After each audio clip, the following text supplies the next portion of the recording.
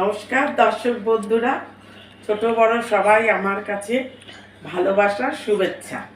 আজকে আমি আলু মাখা করব, ঠিক আছে। এই যে দেখো বন্ধুরা, আলু সেদ্ধ বসিয়ে দিয়েছি।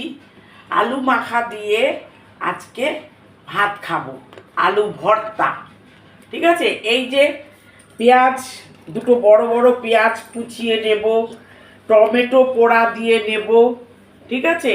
শুকনো লঙ্কা ভেজে নেব, পেঁয়াজ ভাজা, শুকনো লঙ্কা ভাজা, টমেটো পোড়া, এই যে ঘি, হ্যাঁ, সব দিয়ে নুন ফুন দিয়ে ভালো করে আলু ভর্তা করব, আলু মাখা করব, ঠিক আছে।